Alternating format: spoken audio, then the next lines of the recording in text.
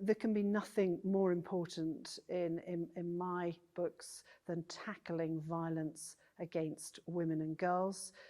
We've done in Parliament so much to legislate against violence which involves women and girls, including the recent Domestic Abuse Act.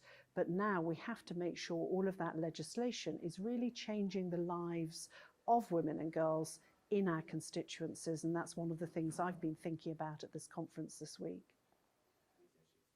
Look, the Commonwealth is an immensely effective network for members of Parliament to tackle issues like gender-based violence and modern slavery, because it's peer-to-peer learning. We are a group of members of Parliament with support from our clerks and others who can talk frankly and honestly about the challenges we face.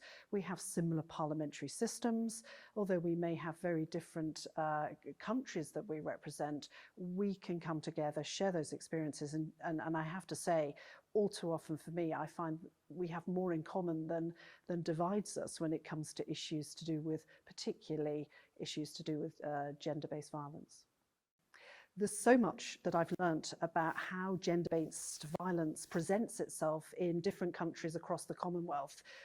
In our own region, in the British Islands and Mediterranean region, talking to colleagues from St Helena and also other colleagues across Jersey to hear about their experiences, all the way through to talking to colleagues who are more locally based here in Kenya and other African nations. We can all learn so much from each other when it comes to how violence and gender-based violence manifests itself and how it impacts women's lives.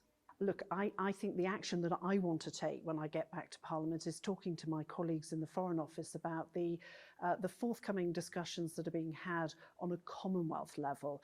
I think the issue particularly of violence, gender-based violence, but also modern slavery, are things that should be being discussed at the next Heads of Government meeting. These are international issues. They deserve and warrant an international response.